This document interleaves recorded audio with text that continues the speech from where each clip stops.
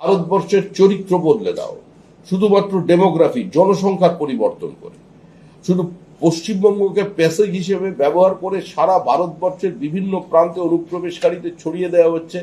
এবং এর সবচেয়ে বড় প্রমাণ হলো আজ পর্যন্ত বিজেপি শাসিত রাজ্যেও যত বাংলাদেশি অনুপ্রবেশকারী ধরা পড়েছে তারা তাদের ফলস আইডেন্টিটি বা কার্ড, তাদের ফেক ওই আধার কার্ড তারা সংগ্রহ করেছে পশ্চিমবঙ্গ থেকে।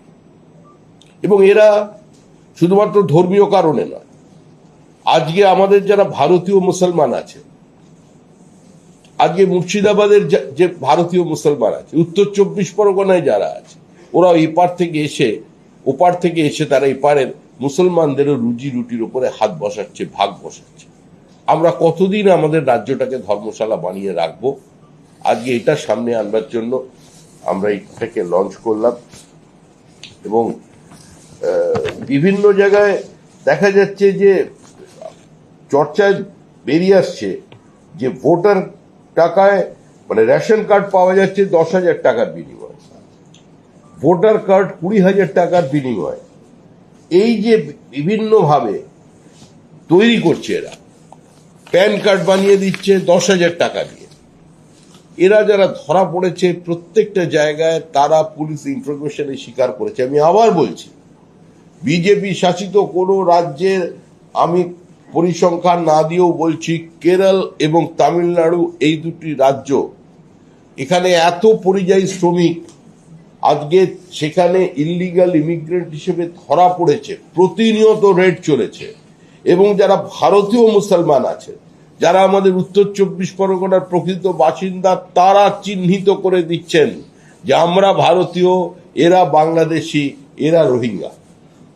আজকে তাদের যে হিসাব তারা আজকে জানিয়েছে যে আমরা 10,000 টাকা, 20,000 টাকা এই ধরনের ফিক্সড রেট আছে, এই রেটে আমরা পশ্চিমবঙ্গ থেকে কার্ড সংগ্রহ করছি। এটা স্বাভাবিকভাবেই শুধুমাত্র ব্লক ভোটের স্বার্থে একটা নির্বাচনে যেতে হারার প্রশ্ন নয়, এটা সামগ্রিকভাবে আমাদের দেশের আভ্যন্তরীণ নিরাপত্তাকে সঙ্গে আমরা সমঝোতা করে নিচ্ছি।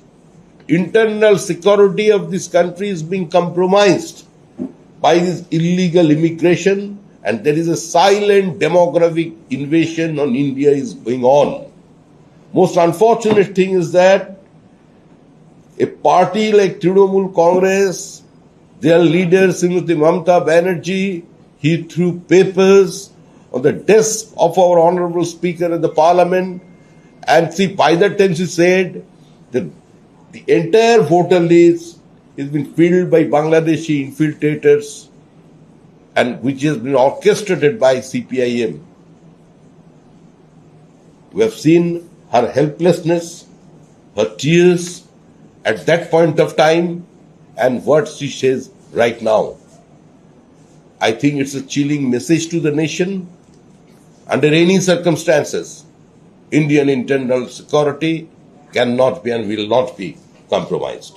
দূরে রাজারহাট, নিউ টাউনের মিঠু কলোনি হয়ে গেল মাসুদ কলোনি। আজকে সেখানে সবাই কিন্তু তারা জায়গা খালি করে দিয়ে চলে গেছে। বর্তমানের যে সরকার তাদের জন্য ঘর বানিয়েছিল, তাদের জন্য ভোটার লিস্টে নাম তোলার প্রায় ব্যবস্থা পাকাপোক্ত করে ফেলেছিল, কিন্তু এই মুহূর্তে তারা সেখানে নেই। তারা নীল আকাশে মিশে গিয়েছে, না বাংলাদেশে ফিরে গিয়েছে, না তো বিরাট জনবহুল অঞ্চলের মধ্যে তারা হারিয়ে গেছে, সেটা জানা যাচ্ছে না।